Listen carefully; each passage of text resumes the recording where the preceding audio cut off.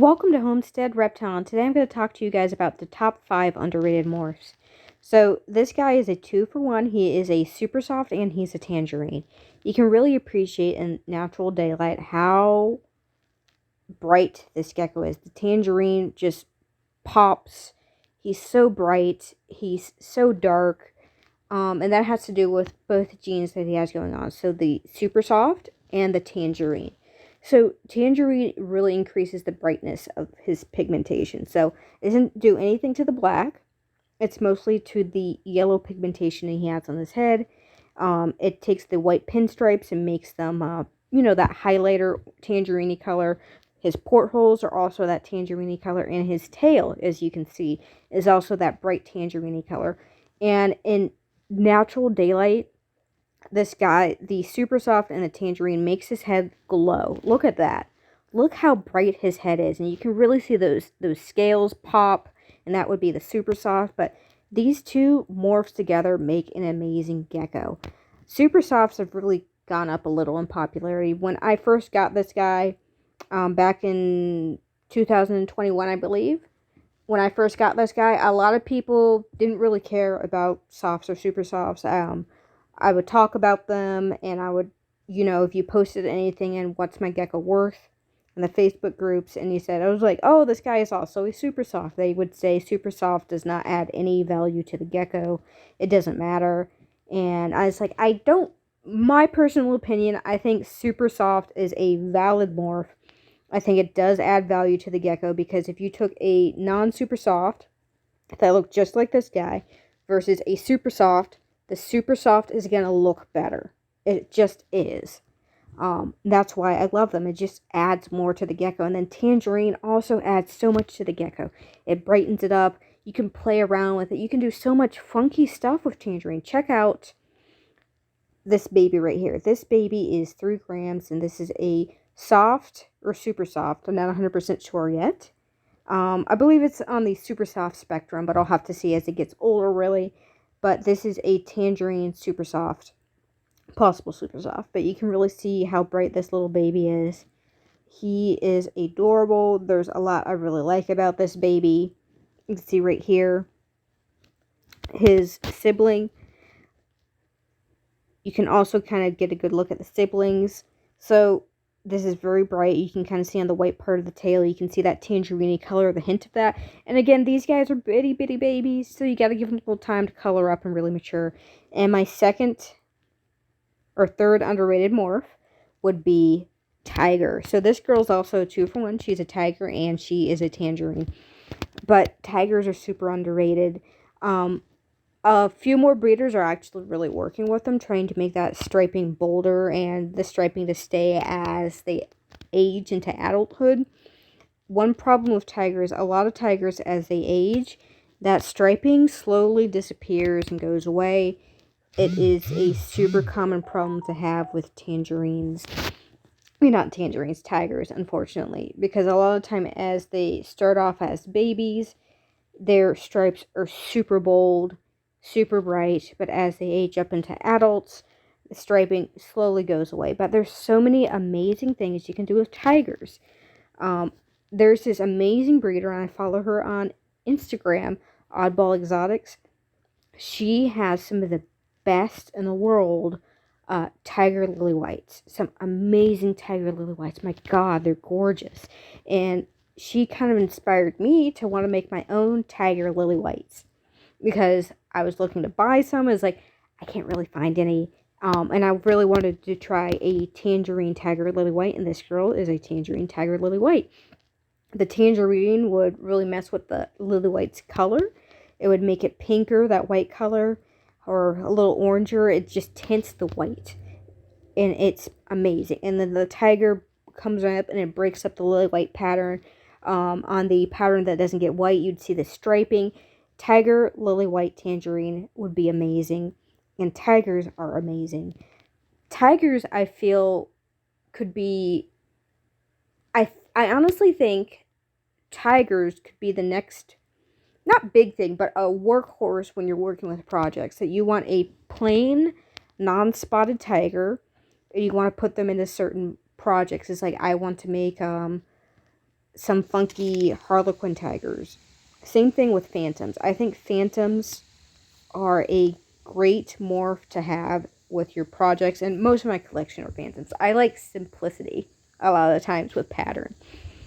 That's probably why I like tigers, and that's probably why I like phantoms. I like a simple phantom. I love phantoms. And you can have yellow phantoms. You can pretty much have any color of the rainbow. You can have it in a phantom. I've actually recently seen someone have a lavender phantom, and that was just purple. It was amazing. It was just such an awesome animal.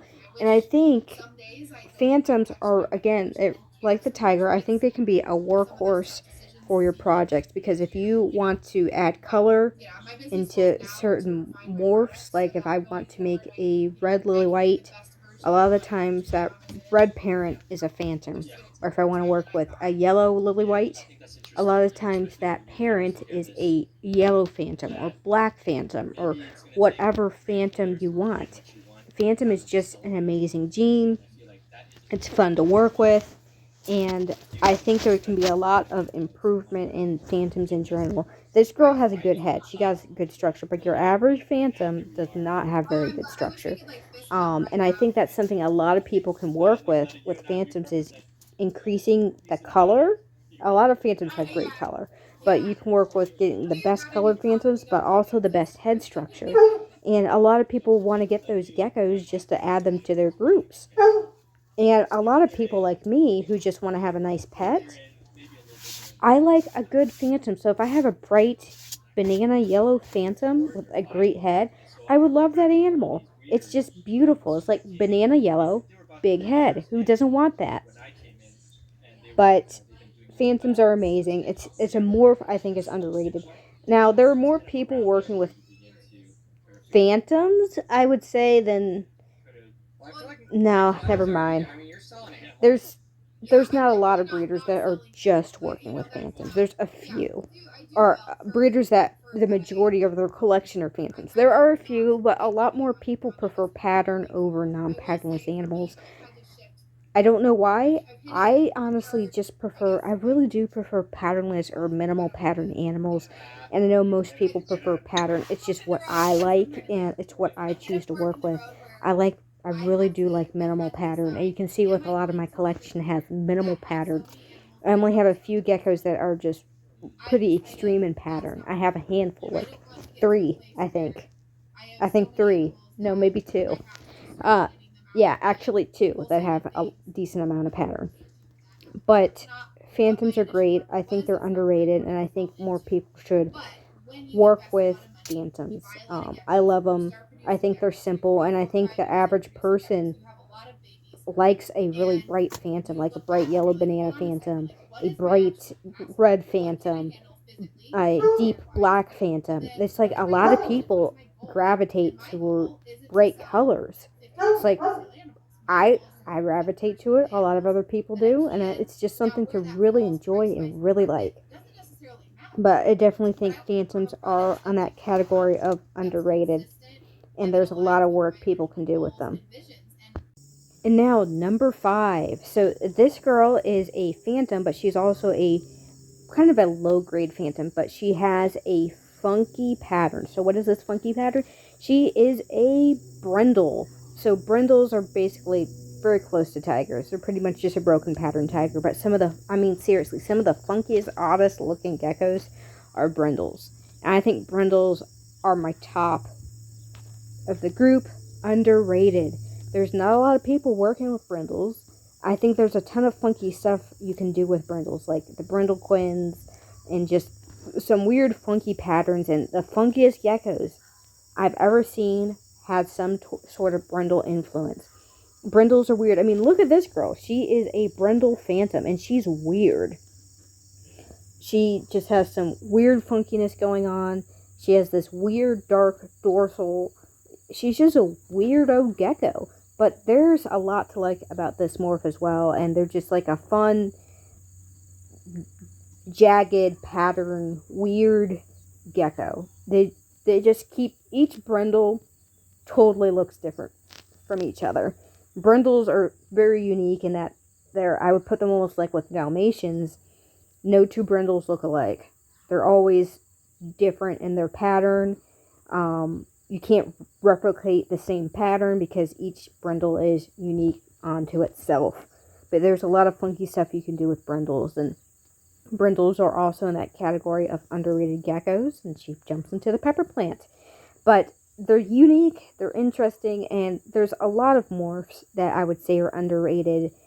And there are some morphs that are underrated for a couple of reasons. They're just not popular.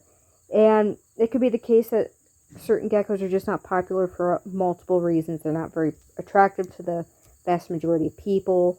There's a lot of reasons, and let me know what are your underrated morphs, what morphs that you love or that other people don't love. It's like maybe you're really interested in low quality harlequins or really like low expression lily white, and I like a low expression lily white. I really do.